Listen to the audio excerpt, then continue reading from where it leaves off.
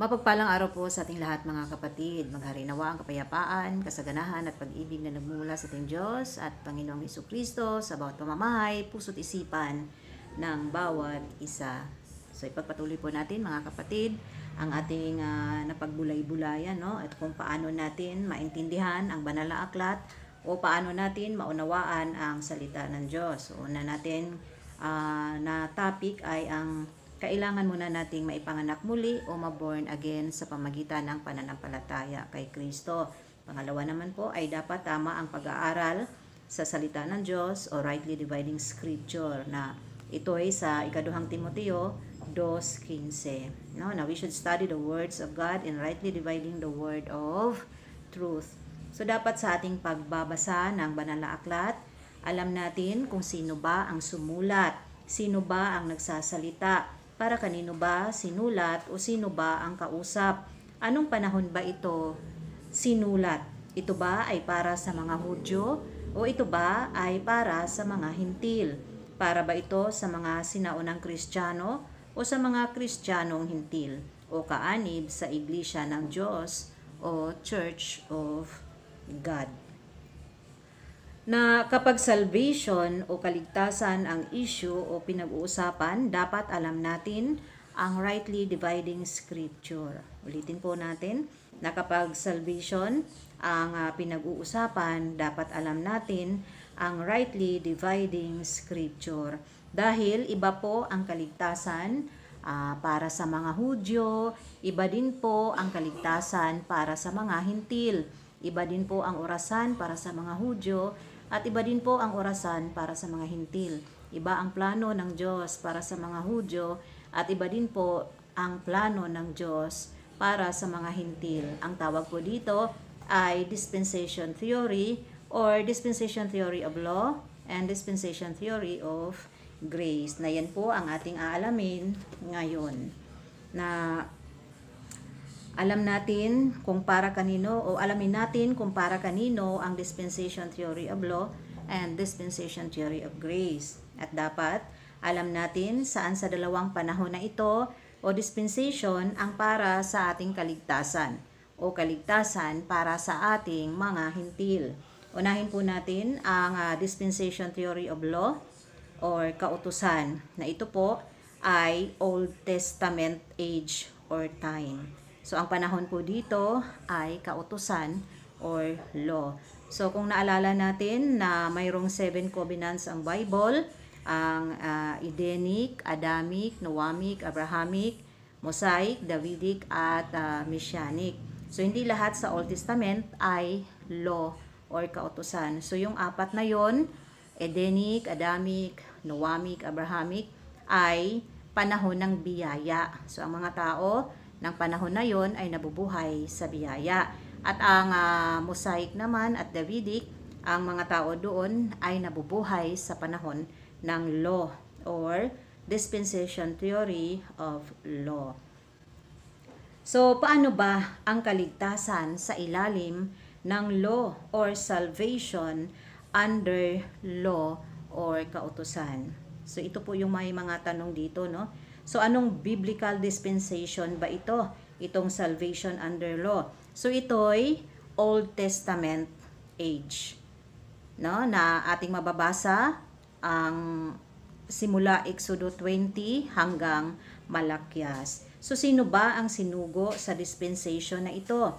Si Moises po ang sinugo dito. Para kanino ba ang dispensation na ito? Ito'y para sa mga Hudyo. Anong paraan ng Diyos para maligtas? Kautusan or law. Anong response ng tao para maligtas? Sundin ang kautusan or works. So may gagawin. So ito yung dispensation na ang mga tao ay may gagawin para sa kanilang kaligtasan. At ang dispensation na ito ay para sa mga Hudyo. Ano ba ang mga kautusan dito sa dispensation theory of law? So, andyan yung 10 Commandments. Ito'y nakaukit sa bato at ang sinugo dito ng Diyos ay si Moises. Tanong, para kanino ang 10 Commandments na nakaukit sa bato na bitbit ni Moises? ito'y para sa mga Hudyo or Israelita. Ang buong aklat ng Eksodo ay ang pagliligtas ng bayan na hinirang ng Diyos, ang bayang Israel. Ang pag-alis sa Ehipto ng mga Israelita at ang hinirang ng Diyos upang pangunahan ang kanyang bayan sa paglaya mula sa Ehipto ay si Moises. Sa Eksodo 20, mababasa natin dito ang 10 utos ng Diyos. Para kanino ang 10 utos na ito? Ito'y para sa mga Hudyo. At ang sinugo ng Diyos dito ay si Moises. Ano pa ang mga kautusan? Ito yung ceremonial laws. Ito yung mga practices ng mga Hudyo. Mag-alay ng tupa, na dapat malinis, walang batik, walang sakit para sa kasalanan. At ito'y ulit-ulitin nila sa pag-alay taon-taon kasi may expiration ang pag-alay ng mga hayop noon sa panahon ng mga Hudyo. At mayroon pa, huwag kumain ng dugo, magpatuli, at iba pa. So dito po, malinaw na ang Old Testament ay panahon ng kautusan, panahon ng Mosaic at Davidic or dispensation of law. At ang sinugo dito ay si Moises. At ang dispensation na ito ay para sa mga Hudyo. At ang paraan ng Diyos para maligtas ang mga Hudyo ay ang sundin ang kautusan. Amen. So malinaw po, ang dispensation theory of law ay para sa mga Hudyo. Ngayon, si Jesus ba ay pumarito para kanino? Para ba sa mga Hudyo o para sa mga Hintil? Mateo 15:24. Sumagot si Jesus, "Sa mga naliligaw na tupa ng sambayanan ng Israel lamang ako sinugo." So si Jesus pala ay sinugo para sa mga tupang naliligaw sa bayang Israel. Malinaw po na si Jesus ay pumarito para sa mga Hudyo. So malinaw po dito sa Mateo 15:24. Sa mga naliligaw na tupa ng sambayanan ng Israel lamang ako sinugo. Amen? So ang ministry ni Kristo na magpalayas ng mga demonyo, magpagaling ng mga may sakit, maghimala, ay para sa mga Hudyo. Mateo 5:17. Huwag ninyong akalaing naparito ako upang ipawalang bisa ang kautusan at ang mga propeta. Naparito ako hindi upang ipawalang bisa ang mga iyon, kundi upang tuparin. So malinaw po na kahit si Jesus ay napailalim din sa kautusan. Dahil si Jesus nga po ay lahing Hudyo, no? Lahi ni David. Kaya ang itinuro ni Jesus ay kautusan para sa mga Hudyo. Kaya ang books of Mateo, Marcos, Lucas, Juan ay mga aral tungkol sa kaligtasan para sa mga Hudyo. Na ito yung verse na magbibigay linaw, Mateo 19 verse 16 to 19.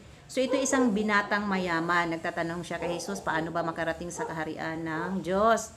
Sabi niya, paano ba Jesus makarating sa kaharian ng Diyos? Ang sagot naman ni Jesus, sundin mo ang kautusan, huwag kang mangangalunya, huwag kang makiapid, so and so. So ang sabi ng binata, Jesus, bata pa ako, natupad ko na yung mga kautusan na yan. Ay kung ganon, may isa ka pang hindi nasusunod. Ibenta mo ang iyong kayamanan at ibahagi sa mga mahihirap. Yumuko ang binatang mayaman at tumalikod dahil napakayaman nga naman ng binatang iyon. Kaya sinabi ni Jesus sa kanyang mga alagad, napakahirap makapasok ang mayaman sa kaharian ng Diyos. Mabuti pa ang isang kamilyo makapasok sa butas ng karayom. So dito po malinaw na hindi pinawalang bisa ni Kristo ang kautusan at ito'y kanyang itinuturo. No? So bakit nagtuturo si Jesus tungkol sa kautusan para sa kaligtasan ng mga Hudyo? Dahil si Jesus ay sinugo lamang sa bayang Israel, sa mga Hudyo. Ito po yung rightly dividing the scripture. At sa oras na ito, hindi pa naipako si Kristo at namuhay si Kristo sa ilalim ng kautusan. Kaya po mga kapatid, kailangan po natin talagang maipanganak muli upang malinawan ang ating mga puso't isipan sa pamagitan ng pananampalataya upang ang bawat isa ay pagkalooban ng Espiritu Santo mula sa Diyos na siyang magtuturo sa atin ng katotohanan at hindi kasinungalingan tungo sa daan ng kaligtasan sa buhay na walang hanggan. Kaya napaka-importante po mga kapatid ang tamang paggamit sa salita ng katotohanan, rightly dividing the scripture. Isa pang verse na nagpapatunay na si Jesus ay namuhay sa ilalim ng kautusan, Galatia 4:4.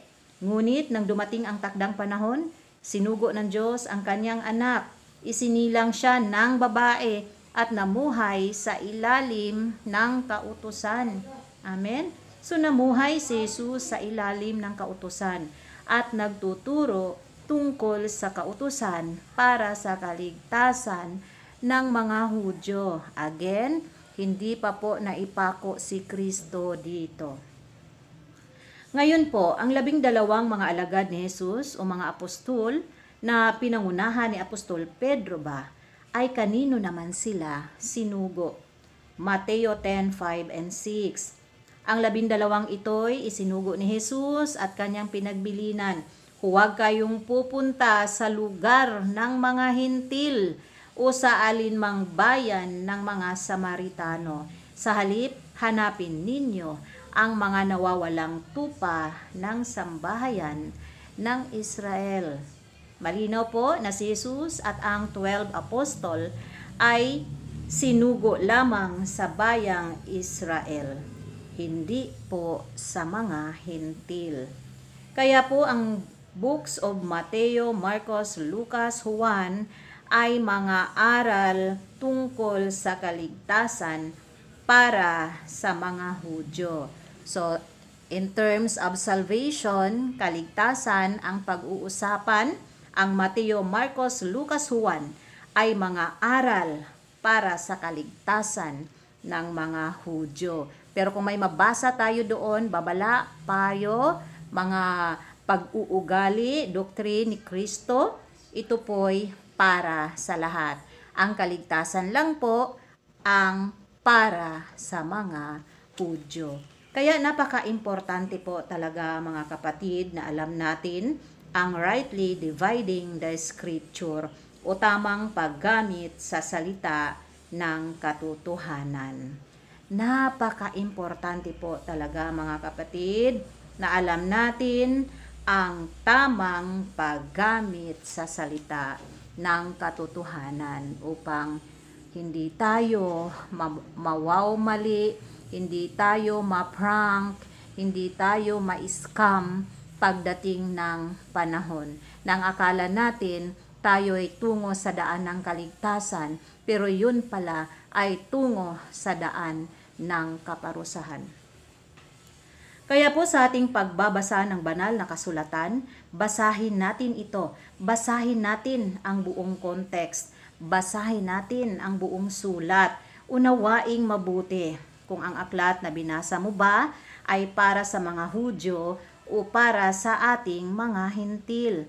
Ako'y naniniwala mga kapatid na lahat na nananampalataya kay Kristo ay ituturo ng banal na Espiritu Santo ang katotohanan at hindi kasinungalingan. Kaya ating unawain o anong panahon o dispensation ba ito isinulat.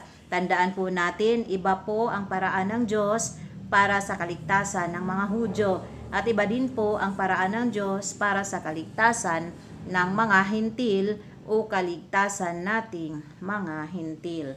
Kaya napakahalaga po ang rightly dividing the scripture. Kaya po dito sa dispensation theory of law, ito ay para sa mga Hudyo.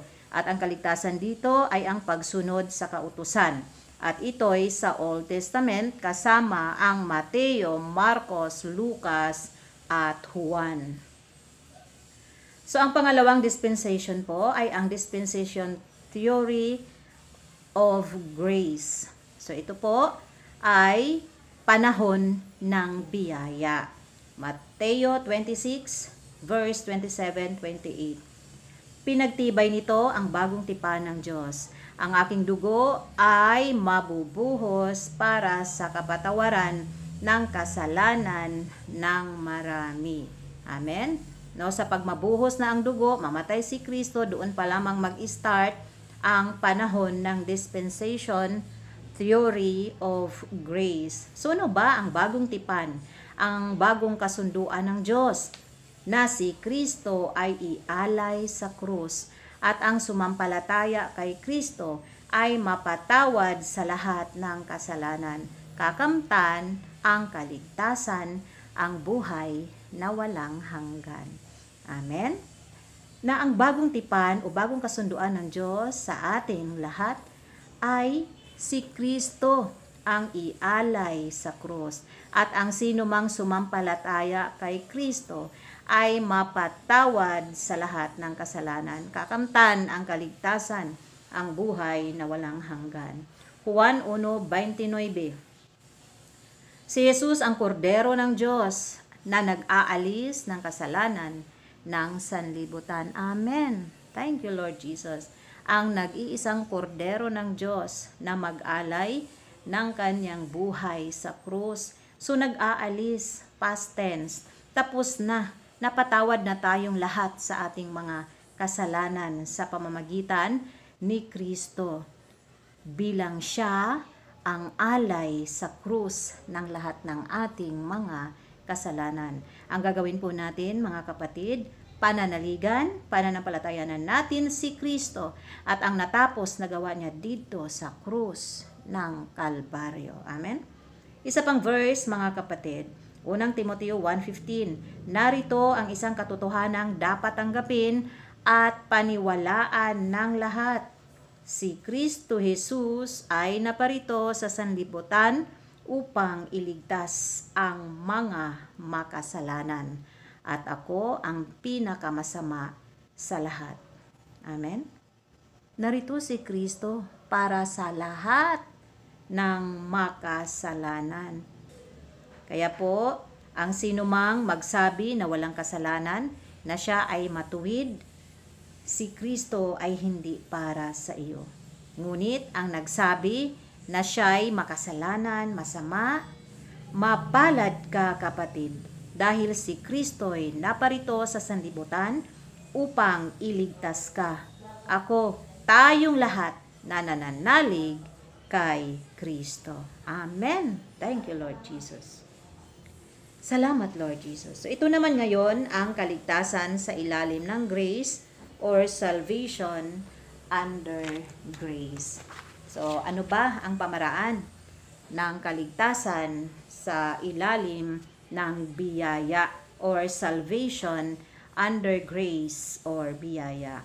Anong biblical dispensation ba ito? Ito'y Church Age or New Testament. Sino ba ang sinugo sa dispensation na ito?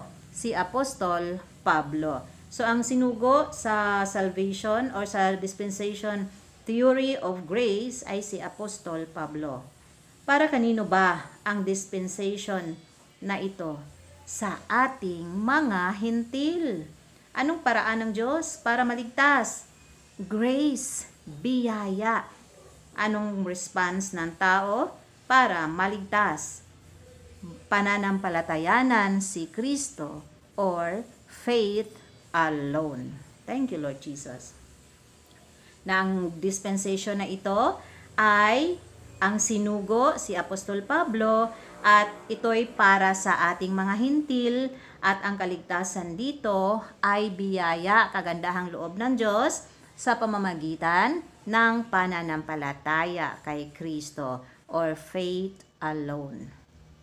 Ang dispensation na ito ng ating kaligtasan ay batay lamang sa tinapos na gawa ni Kristo sa krus ng Kalbaryo. Ang atin ay mananampalataya kay Kristo. Kaya po biyaya mula sa Diyos ang kaligtasan nating mga hintil. Ito'y regalo sa atin at si Kristo po ang gumawa para tayo'y maligtas. Kaya po mabuting balita, magandang balita, full grace gospel At ito'y kagandahang loob ng Diyos sa ating mga hintil. Amen. Na nabuhay tayo sa pananampalataya. Nabuhay po tayo sa biyaya ng ating Ama sa pamamagitan ni Kristo na kailanman hindi mauubos. Amen. Thank you, Lord Jesus. Ang atin ay mananampalataya kay Kristo sa tinapos na gawa ni Kristo sa krus ng Kalbaryo. Kaya ngayon mga kaigsuunan, alam na natin kung anong panahon tayo o dispensation. At ang paraan ng Diyos para sa ating kaligtasan ay biyaya sa pamamagitan ng ating pananampalataya kay Kristo. At ang sinugo para mangaral sa ating mga hintil ay si Apostol Pablo. Kaya ang books para sa ating kaligtasan ay mababasa natin from Roma hanggang Philemon. Ulitin ko lang po. Ang books para sa ating kaligtasan ay mababasa natin from Roma hanggang Philemon. So, ang dispensation ng biyaya ay tinatawag na church age. Ang mga hintil na nanampalataya kay Kristo ay tinatawag na church age o simbahan ng Diyos o kaanib sa iglesia ng Diyos. Ito ay mananampalataya kay Kristo. Mababasa natin ito sa Book of Acts or Gawa. So, ang Books of Acts is a book of translation dahil ang doctrine ng salvation o kaligtasan sa church age o sa mga nanampalataya kay Kristo ay may transition o pagbabago mula sa mga Hudyo patungo sa mga Hintil, mula kay Apostol Pedro patungo kay Apostol Pablo. At may pagkakaiba sa turo ni Apostol Pedro at sa mga tinuturo ni Apostol Pablo. At ito'y mababasa natin sa Book of Acts. Galatia 2:7. Sa halip kinilala nila na ako'y pinili ng Diyos upang mangaral ng magandang balita sa mga hintil, tulad ni Pedro na pinili naman upang mangaral ng magandang balita sa mga Hudyo. So malinaw po na may dalawang tinawag ang Diyos para mangaral para sa ating mga hintil at para sa mga Hudyo. Saan natin ito mababasa? Ito ay sa New Testament, sa Bagong Tipan, sa Book of Acts. Si Apostol Pedro pinili para mangaral sa mga Hudyo at si Apostol Pablo naman ay pinili para sa ating mga hintil, no? So may pagkakaiba sa turo ng dalawang apostol na ito. Iba ang turo ni Apostol Pablo at iba din ang turo ni Apostol Pedro. Tanong, ano ba ang pagkakaiba ng content o turo o mensahe ng dalawang apostol na ito tungkol sa pagkamatay ni Jesus sa krus bilang bagong tipan ng Diyos sa atin? Ulitin ko lang po, ano ba ang pagkakaiba ng content o mensahe o turo ng dalawang apostol na ito, Apostol Pedro at Apostol Pablo, tungkol sa pagkamatay ni Jesus sa krus bilang bagong tipan ng Diyos sa atin? So yan po ang sunod nating alamin sa part 4 mga kapatid. At ngayon ay ating nalalaman, so ngayon po mga kapatid, ating nalalaman na ang dispensation theory of law ay para sa mga Hudyo. Ang sinugo dito ay si Moises, si Jesus at ang 12 apostol. At ang paraan ng kaligtasan sa mga Hudyo ay ang sundin ang kautusan or law. At ang dispensation theory of grace naman po ay para sa ating mga hintil. Ang sinugo dito ay si Apostol Pablo at ang paraan ng kaligtasan natin ay biyaya, grace, regalo, kagandahang loob ng ating Diyos sa pamamagitan ng pananampalataya kay Kristo sa natapos na gawa ni Kristo sa krus ng Kalbaryo. Amen. Thank you, Lord Jesus. Kaya lagi po nating pasalamatan ang ating Diyos na may likha sa atin at ang ating Panginoong Hesukristo na siyang nag-alay ng kanyang buhay, ng kanyang dugo para sa ikaliligtas ng marami. Kaya po si Kristo ay para sa lahat. Pero hindi po lahat tinatanggap si Kristo. Pinanampalatayanan si Kristo. Mga kapatid, ako po ay nagpasalamat sa ating Panginoon at nananalig na ang lahat ng makapakinig sa mensahe ng ating Diyos ngayon ay mabuksan ang lahat ng puso't isipan at tanggapin si Kristo, pananaligan, dahil wala na pong ibang daan para sa ating kaligtasan. Wala na pong ibang daan para tayong lahat mapatawad sa ating mga kasalanan. Wala pong ibang daan para tayo ay mapaging banal. Wala pong ibang daan tungo sa buhay na walang hanggan, kundi si Jesus lamang po. Juan 14:6, si Jesus ang daan ng katotohanan at ang buhay. Walang makakapunta sa Ama kundi sa pamamagitan ng ating Panginoong Hesukristo lamang. Kaya dito po, hindi po ito aksidente na kapanood kayo sa vlog na ito. Ito po'y pamaraan ng ating Diyos na makaplagan ng lahat ang lihim na ito na matagal nang naitago sa ating mga buhay. Ang kaligtasan na ito'y libre at si Kristo ang gumawa nito lahat para sa atin. Dahil nandito po tayo sa dispensation theory of grace, ito po'y biyaya. Ang ating kaligtasan ay sa pamamagitan ng ating pananampalataya kay Kristo. At lahat ito ay ating makamtan. Ang kaligtasan, ang buhay na walang hanggan. Kaya maraming salamat sa lahat ng makapanood, sa lahat ng nag-view, sa lahat ng nag-subscribe, sa lahat ng nag-like na ito. Dahil ito'y pamaraan ng Diyos, kaya tayo pinagtagpo sa vlog na ito, Full Grace Gospel TV 18, dahil po ang ating kaligtasan ay biyaya, kagandahang loob ng Diyos, regalo na walang bayad. Kaya nasa Diyos ang awa, na kay Kristo ang gawa, nasa atin ang pananampalataya upang lahat tayo, buong bansa, buong mundo, sama-sama sa kaharian ng ating Diyos. Walang maiwan, isa man sa sanlibutan. Amen! Thank you, Lord Jesus. Charito po sa ating lahat, mga kapatid. Tayo po'y lubos na pinagpala at pinaburan ng ating Diyos. Amen! Thank you, Lord Jesus.